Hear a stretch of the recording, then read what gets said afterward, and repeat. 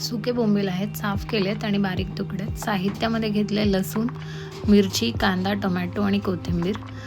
हे बोंबील आता चांगले परतवून घेऊया गॅसवरती. हे असे दिसतील कडक झालेले. हे तुम्ही असेही खाऊ शकता. त्याचा जो काळ्या कलरचा कचरा आहे तो निघून जातो. त्यानंतर त्याला मॅरिनेट करूया. हळद, लाल तिखट आणि मीठ आणि थोडंसं तेल घालू. अशाच नवनवीन रेसिपी पाहायच्या असतील तर आमच्या चॅनलला प्लीज सबस्क्राईब करा आणि नक्की भेट द्या. हे ह्या स्टेजमध्येही तुम्ही खाऊ शकता. एका पॅनमध्ये तेल घेतलं आहे, त्याच्यामध्ये जिरं टाकलं आहे, त्यानंतर टाकलं आहे कढीपत्ता,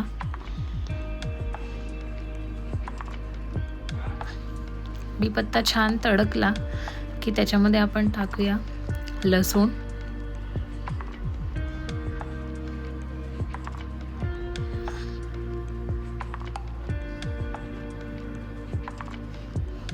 लसणानंतर आपण टाकली थोडीशी हिरवी मिरची आणि कांदा. आता हा कांदा खूप छान परतवून घ्यायचा आहे, लाल होईपर्यंत. हा असा दिसला पाहिजे.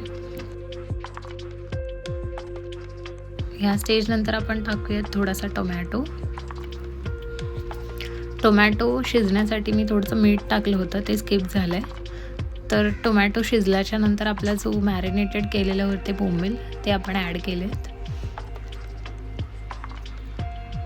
हे थोडेसे परतवून घेतल्यानंतर 2 कोकम टाकलेत आपण आंबटपणा येण्यासाठी आणि व्यवस्थित ते आपण हलवून घेऊया. म्हणजे ते जे मसाले आहेत बोंबलाचे ते सगळ्या ह्याला स्प्रेड होतील. आता एक छान वाफ काढून घेतली आहे जेणेकरून ते टोमॅटो शिजले जातील. ह्या स्टेजनंतर जर कोणाला जास्त कडक खायचं नसतील बोंबील तर तुम्ही ते अजून थोडेसे शिजवू शकता. नाही तर ह्या स्टेजलाही ते रेडी आहेत. आपण कोथिंबीर टाकून ते गार्निश करूया. बोंबील रेडी आहेत आपले.